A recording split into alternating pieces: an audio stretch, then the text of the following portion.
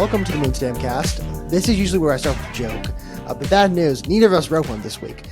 So I don't really know what to say other than I'm going to say one joke, which is Oklahoma football. What a joke. Losing to Texas after that insane showing.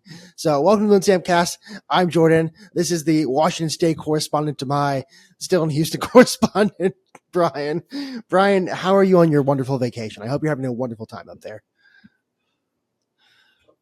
I have done jack shit for the past 3 days, and it's been wonderful. I tried to get a decent angle to where we could get like the water that we're on, but it's way too bright behind me. And this is actually the least bright I could make it by leaning back like this. But it's beautiful. We've been sitting in a cabin for 3 days. The lovely wife is going to get some coffee, and she was like, "Go do your little podcast," and it's been awesome, man. I did nothing but go to your little podcast, watch football. Really, what a wonderful weekend you've had in that sense. I have not done that. I had a very busy weekend, a happily busy weekend, but I did not get to watch much football as much as I would like. I did catch some highlights. With all that said, this may be a. Listen, we'll just say it up front. I like when a podcast has up front that this may be a stinker. This may be a bit of a stinker. So my apologies in advance for what may or may not happen. I can talk about booty cheeks. Might be booty cheeks. We can blame us. We'll be back on Thursday to your usual selves. With all that said, Brian, big news out of college football. James Franklin finally gone. Penn State fans can finally breathe again for at least a second. Because for the past 2 years, the narrative has entirely been James Franklin cannot win the big games. Turns out he also can't win the small games either against Northwestern. So what a wonderful time to be a PSU fan in terms of the bad man is finally gone, even though I think they treated him like shit. But at the same time, losing to Northwestern as a title favorite at some point, you can't do that. Huh? I don't like State Penn. I've never really liked State Penn. I do think I didn't realize that James Franklin was the coach that did that interview where he just takes off running afterwards, like to the locker room, and he's like doing long strides and stuff. I didn't realize that was him. The Michael Key. Yeah. That was just another layer of me not liking him. I didn't understand why people thought that was so funny. He looks like a ridiculous. I don't know, man. I'm going on a tangent about nothing. I don't really fuck him, but he wasn't. He's had a bad season, but he's been right there for the past several years, and he can't get over the hump. So I understand getting rid of him, but I don't know, man. Like, you must have. They have to have someone in mind if they're making this move and not seeing it out through the whole season. They must have someone in mind. It might be Matt Rule from Nebraska.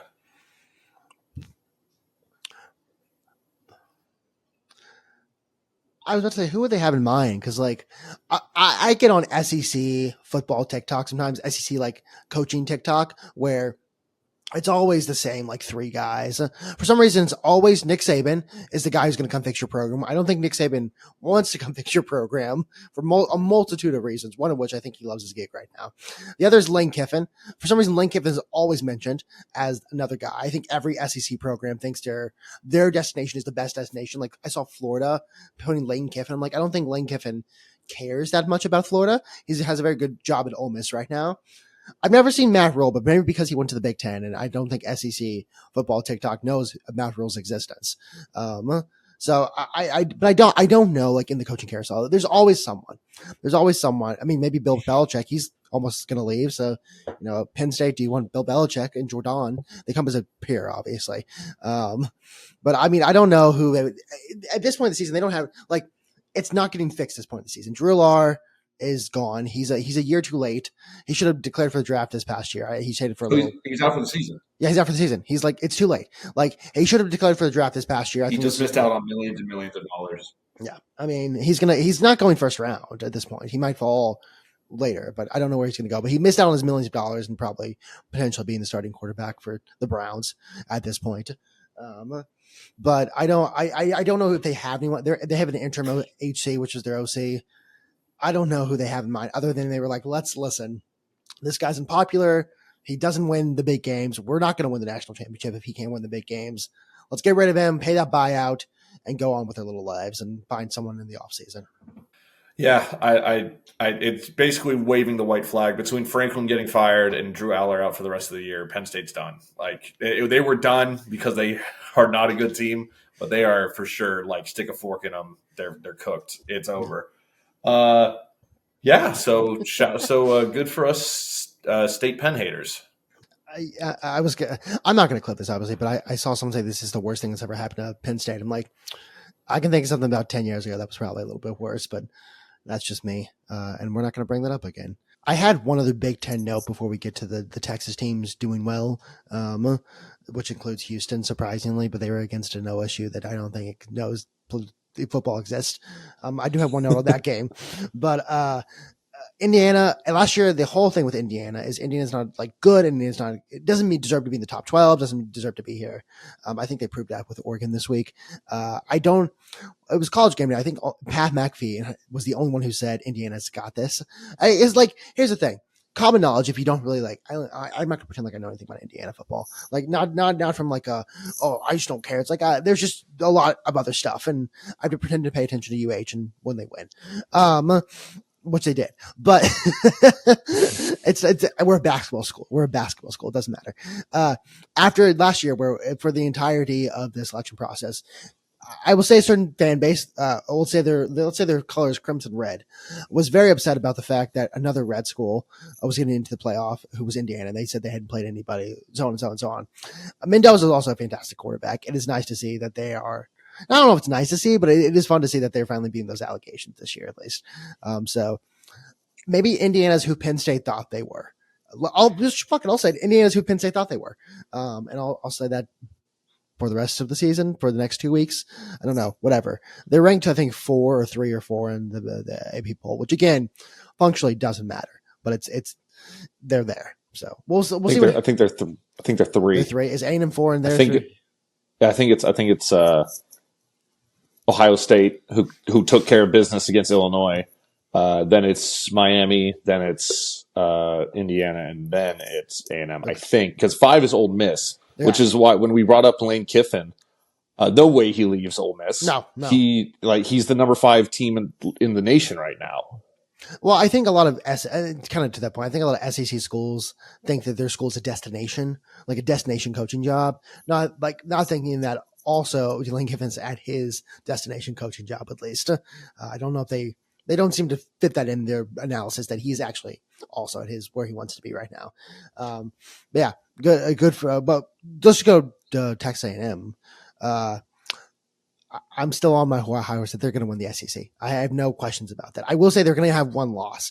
I will tell you who the loss is in the second. But I think they're going to win the SEC. Florida looked bad. I mean, Florida is not great, but they beat Texas. But like that's apparently not that hard to do.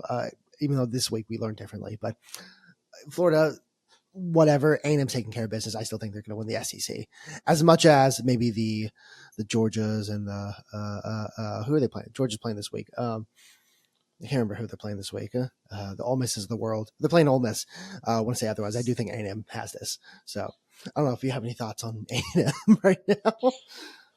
I mean, A&M looks really good, and that actually brings me to my other point where people are bitching about, how is 10-2 Notre Dame if Notre Dame wins out? How can you justify them making the playoffs when they don't really play anyone for the rest of the season? Well, USC is now ranked 20, so if we get that's another ranked game under the belt. And on top of that, we lost to the number 2 team on the country and the number 4 team in the country by a combined total of 4 points. Both of those games were winnable. We're right there, so that's the justification for it. On the flip side, we don't really play anyone besides those 3 teams this year. Boise State turned out to be a disappointment, and the rest of the schedule is relatively easy.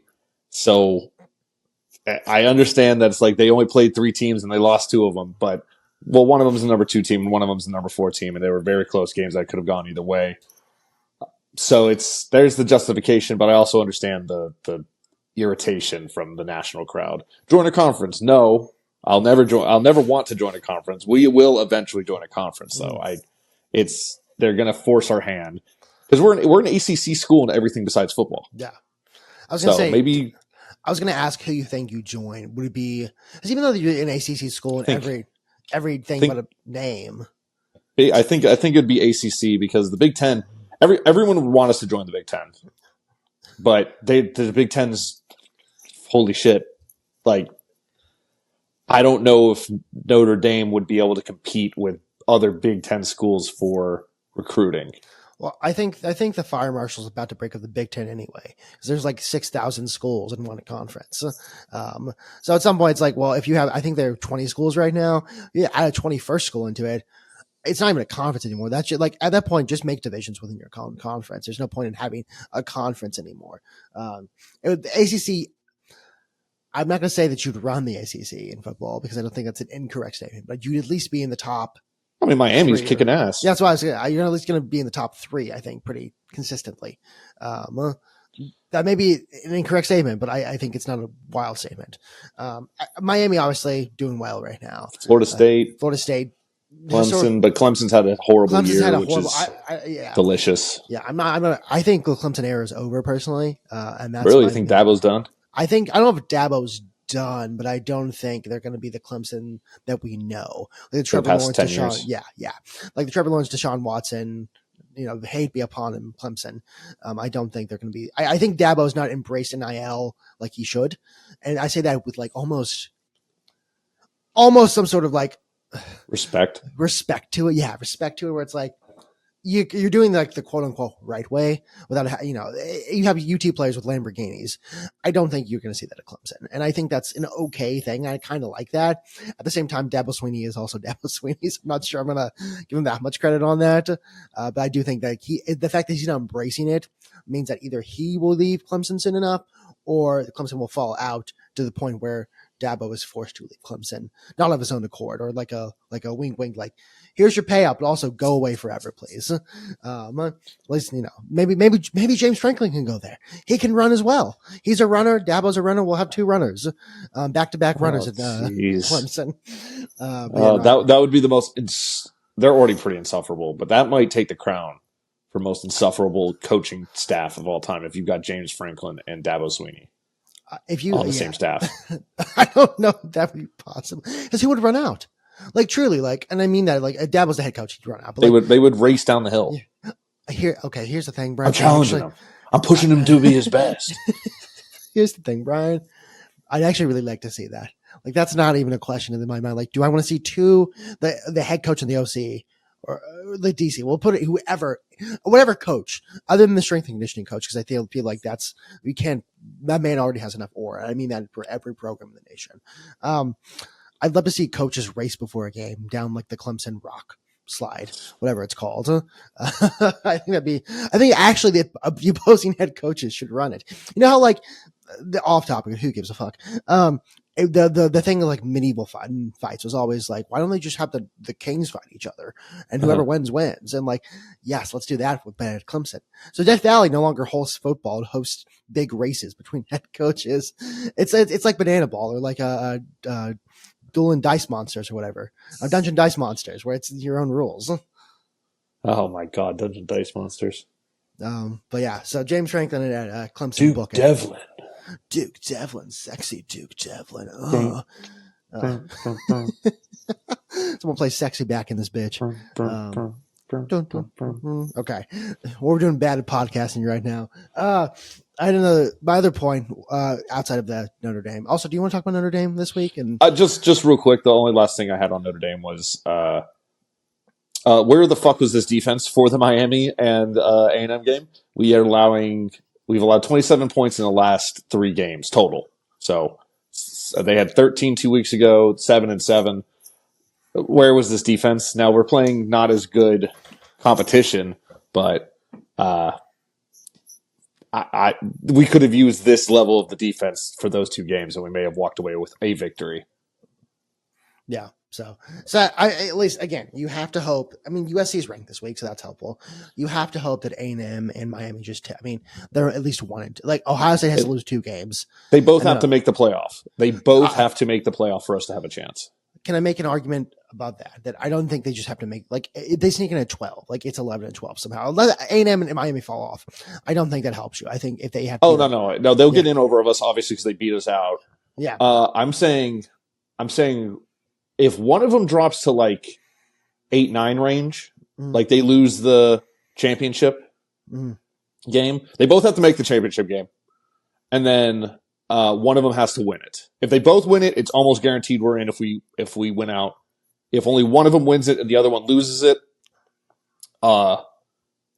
it'll put us. And we went out, it'll be pretty heavily easy for us to get in. Like I'd put the chances really good. But if one of them makes it and the other one doesn't make it, and the other one loses, the one that made it loses, we don't get in.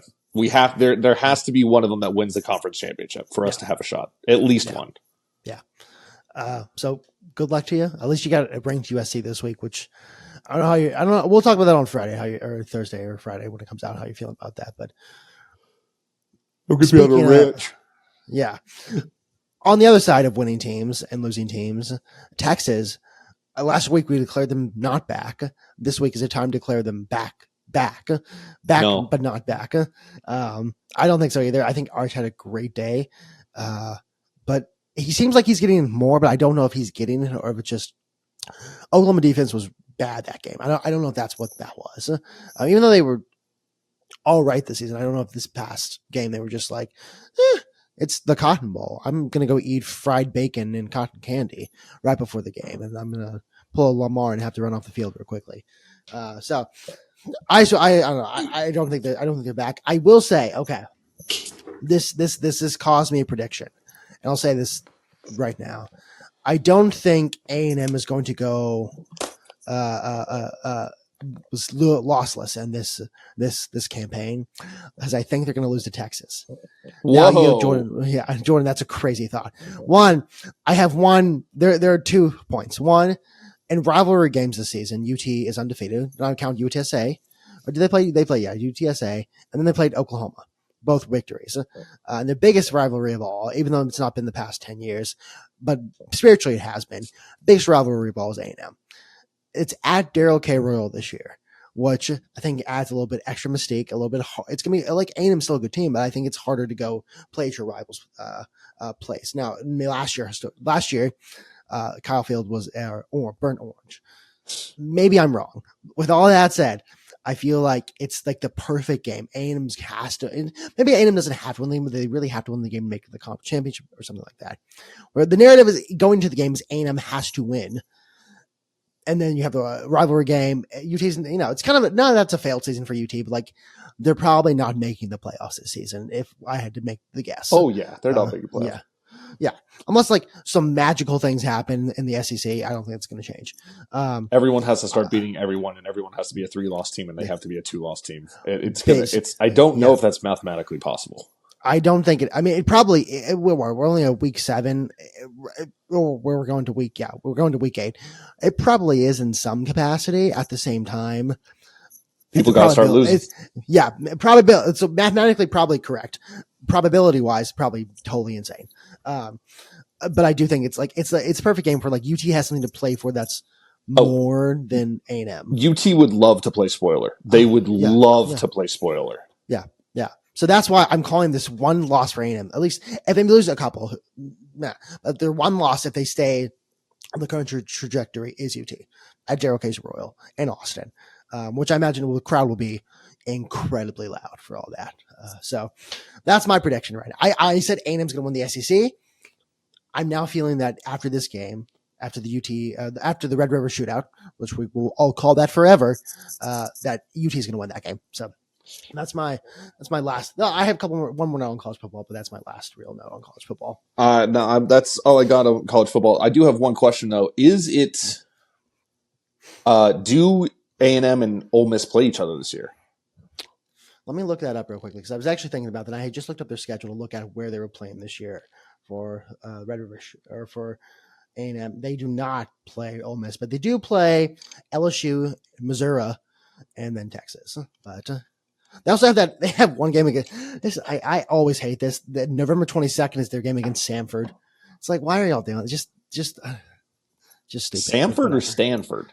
Samford. Oh, Samford Bulldogs. Ouch. Yeah, it's one of those like time for non-conference games that the last week cupcake week the SEC loves to pull off. Give one little added bonus to their teams. One last note, which is Oklahoma State not good at football. UH also not good at football. UH won football. This is not about football. The coolest thing I've seen in the past week, and like the dude we all know dudes rock. Like there's just dudes rock. This was a real dudes rock moment where one guy at Oklahoma State went and took his shirt off in like the upper stands and started waving it around. And then by, I don't know, like 10 minutes later, the entire section was full of guys shirtless, waving their shirts around to a losing team. And that's what football's around. That's a real guys rock moment. I hope all of them had fun. I saw one guy said, it was worth it, even though I have a sunburn. It was the exciting white section of the store of the wine. It's like, oh, this is quite exciting right now. So I really do think that was one of the coolest points of all. It's what college football is about. It's about, like, remember the XFL with the beer snake at the DC, whatever they were called. I cannot remember the name. It's like that. Where it's like DC yeah, Destroyers, DC Destroyers, something like that. I don't remember. It's like, yeah, sorry, XFL or UFL or whatever you're called now. But it's like that where it's just the coolest thing you can think. It's like, yeah, if your team's not great, why not go have a little fun while you're doing it? It's like whenever I go watch my team, UH, and a couple of years ago, I discovered a guy named Deuce Watts at Tulane. He went on to actually help them win. I think it was one of the bowl games. It's not the Cotton Bowl, but it was one of the bowl games. Maybe the Fiesta Bowl. I don't know. He was helped. I think it was against USC even. Again, I may be completely wrong in who I'm saying. I know Deuce Watts helped them win a bowl game, but it's always fun. So that was my last load on college football. I don't know if you have anything else this week on college football. Nah. Okay. Fun. I don't know. I didn't watch a ton. Didn't watch a ton of football this week. Sorry, trying to drive back, and I didn't have Round Rock Donuts this week, and they're good, but they're just good. They're okay. Baker Mayfield. May I say this? May I stand up and say this? MVP candidate? I think candidate, maybe even. I think MVP favorite Baker Mayfield may be what I'm going to say. Now, have I thought through this before you said anything? No, I have not. Daniel Jones and Baker Mayfield, I think, are my two favorites for MVP so far. Daniel Jones is winning comeback player of the year, right? Like, without question. Oh, he's made he has to. It's we're going to week 7. I mean, the Colts are winning the AFC. They're winning the AFC. And again, not a statement I thought I'd say for the next 3 or 4 years. Apparently, actually, you know what? I have now a thought I've just put in my mind. For years, the Colts were cursed because they hurt Andrew Luck, the best quarterback to ever come out of college. And you say, Jorden, that's wrong. Just remember where we were when he was suck for luck was a thing. Just remember that he was spiritually, everyone wanted him. It was like, oh, that's the best quarterback I've ever seen. John Gruden says he's the best cadence he's ever seen from any quarterback ever. He was supposed to be the next MVP, the next big thing. They hurt him and he had to leave, and the Colts fans booed him as he left for that preseason game. And since then, they have gone through like a cycle and rotation of quarterbacks every year. And it's always quarterbacks who are like, they're, older, like Phillip Rivers, Joe Flacco, Carson Wentz, Matt Ryan, Carson Wentz, like guys, you're like, oh, this is like a retirement place for them. It's like when soccer players come to the US. It's like, oh, this is just fun for you. You want to make some more money. It's the love of the game. Have they broken the curse by giving a quarterback who was maligned and hated, and honestly not that good, in Daniel Jones? And have they broken the Andrew Luck curse? As they suck for luck, the sucking because of suck for luck curse been broken by Jonesing for Jones. Indiana Jones himself, Jonesing for Indiana or something like that. And I'm starting to think that actually might be the case because at this point, they look not undefeatable, but they look really good. And I think Daniel Jones is your comeback player of the year. And MVP candidate. If I am voting today, let's vote today. Do I give it to Daniel Jones or Baker Mayfield? And I don't know what the answer is. I do not know. That would be, I may have. I think it's Baker Mayfield because he's doing this with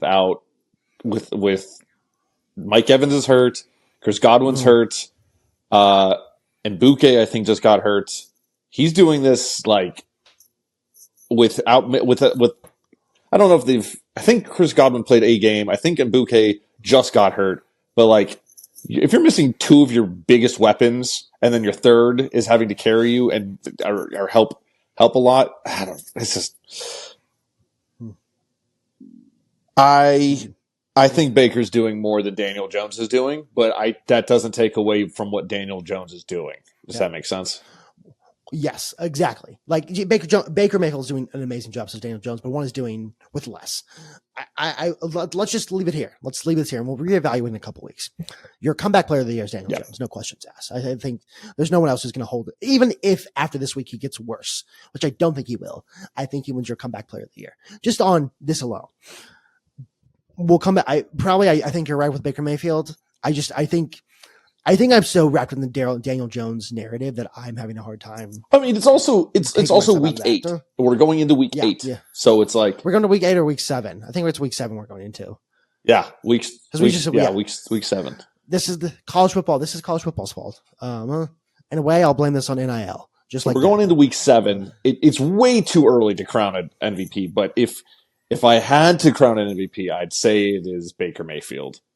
Yeah. But Daniel Jones would be the runner-up and comeback player of the year. Yeah. So, again, the fact that we're saying this right now is actually like... Dude, 3 years ago, I would have laughed in your face if you said the two MVP favorites were Baker Mayfield, who, to be fair, I always thought was a good quarterback. It's just he was in some shit situations. And I was like... Yeah. I think 3 years ago he was in Carolina, and I was like, okay. He was a D-end on Carolina's practice squad, or the scout team.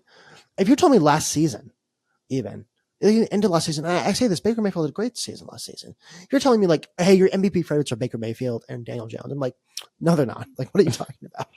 That's insane. Are you saying that with Patrick Mahomes, Josh Allen, Lamar Jackson? Yeah. Yeah. I mean, Lamar's probably doing great things. Jay Daniels. Justin Herbert, Joe Burrow. Yeah. I would have laughed at you, but now here we are, and it's reality. And if they keep this up, those are going to be it's going to be neck and neck, and it's going to come down to probably the last couple of weeks of performance or overall team record. Yeah, at least again we have comeback player locked down, but we'll see what happens then. Just hitting some other points. The Ravens, what? It's over. It's over. Undeniably, it's over for the season. Like, and I mean that from every single perspective you could think of. I think John Harbaugh's lost the team. Not as bad as Mike McDaniel has, but we'll talk about that in a second. John Harbaugh's lost the team. I don't know where Lamar's prognosis is or where he's coming back. I think it's December. Am I crazy? I don't know. I don't know. I mean, again, if Lamar got hurt a week earlier, you know what I would have said? It's just something about Flacco. Could have brought Flacco back. Last Flacco run. Man, could you imagine? Yeah. Now that I think about that, if he had gotten hurt a week before, I think there would have been like serious. Do you think there probably was a discussion at some point anyway? Like, should we just bring back Flacco? Like, just to have him as a backup? It'd be a cool little thing to have. Is like, sometimes I think of the Ravens. You got thrown out Ravens, there, but I don't think Joe Flacco was meant for this mobile offense because the offense that. Joe Flacco's in for football half the time. The offense that the Ravens 41. Run is very heavily dependent on QB mobility. Yeah. So he would get slaughtered in this. But I do think he got brought up for sure. Oh, 100%. And like, there probably was a thing this past week. Like, can we? So, hey, because I want to look if we can trade for Flacco. Like, I'm not asking that we do. I'm just asking. It's also a business thing. Like, if they know that this season's ass and they're not going to make the playoffs, and Lamar Jackson's hurt for a long time, they could be like, you know how we put butts in seats? Bring back the guy that won us the Super Bowl. No, that's the question I had. Like, you know how people bought LeBron's tickets for the Lakers last game because they thought LeBron was going to retire, and obviously that didn't happen. He was a Hennessy ad. So stupid. Which one of the funniest. I was thinking it was Amazon at least. I was like, oh, probably that's actually the funniest possible outcome. That and Sprite Cranberry. Oh my God, Sprite Cranberry would have been so good. But there's probably a discussion like, how can we make some money this season? I mean, Joe Flacco's first game. Let's say Joe Flacco gets traded and he goes, this is my last season. Actually, I'm out after this. I'm 41. I'm going back to the Ravens where I won my Super Bowl. I'm ready to go into wherever I go next, probably the media. Mark, there's an opening at Fox. He can go, there's opening at Fox. He can go take that. Yeah, there is. There's gonna be. Yeah, there is. Do you think he goes like, listen, let's have one less ride with the Ravens. We're not going to win. I'm not a mobile quarterback. I can't do this. But let's go, sell some jerseys, fill some butts. Ravens fans love, I don't know if they love Flacco still, but like I hear something about Flacco all the time.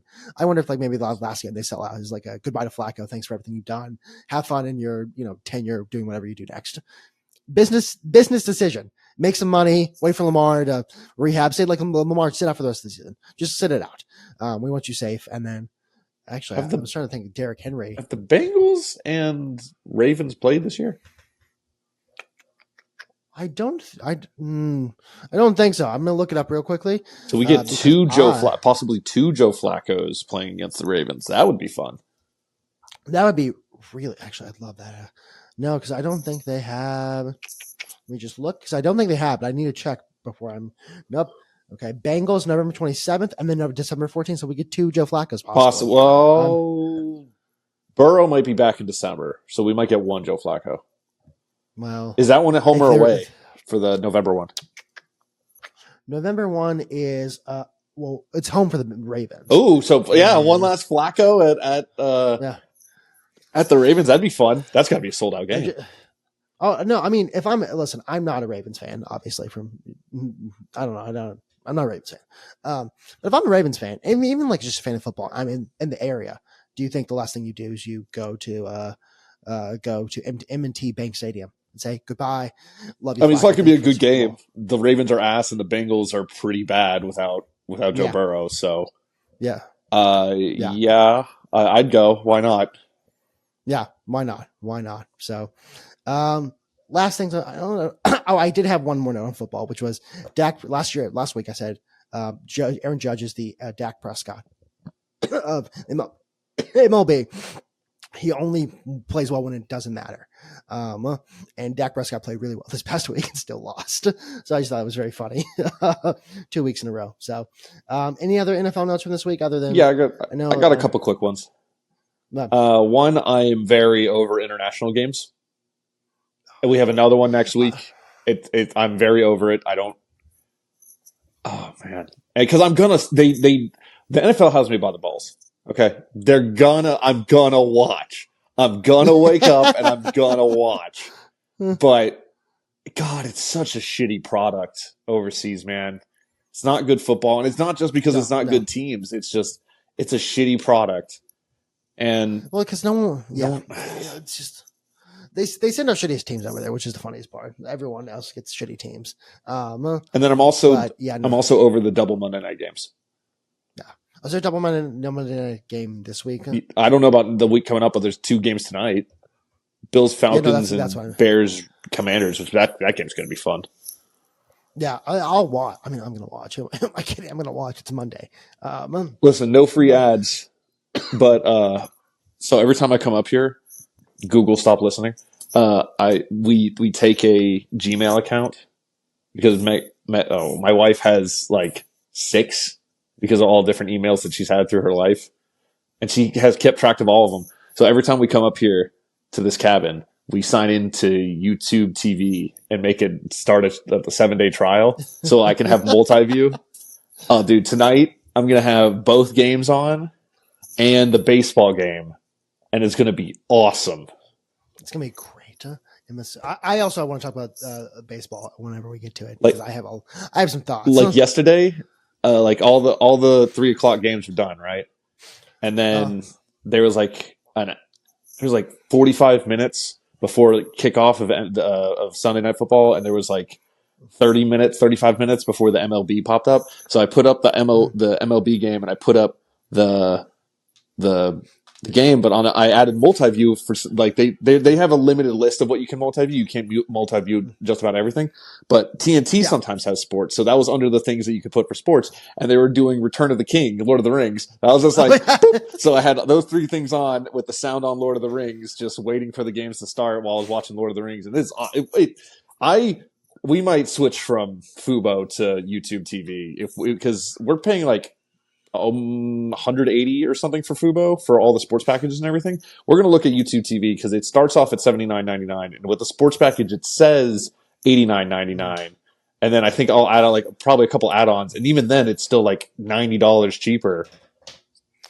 And it's all worth it for the quad box. The quad box is awesome. Come March Madness, the quad box is the best. That's what I did when we came up here for my honeymoon.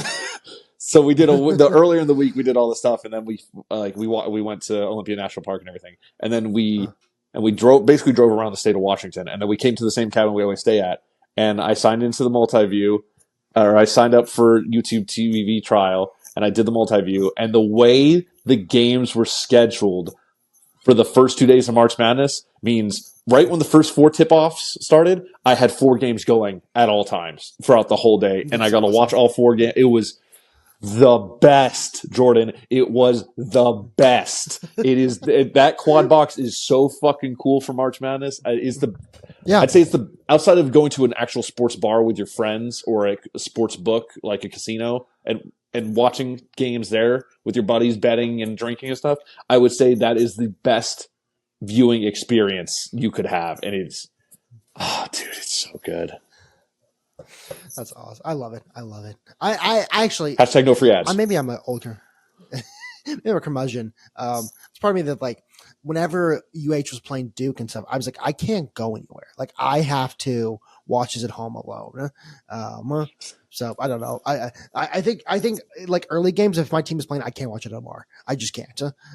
Especially like during March Madness, I can't do it. I get too into it. I get too upset about things. Well, if your team's playing, that's one thing. But if you're Notre Dame didn't make the tournament, so I was like, I don't fucking care.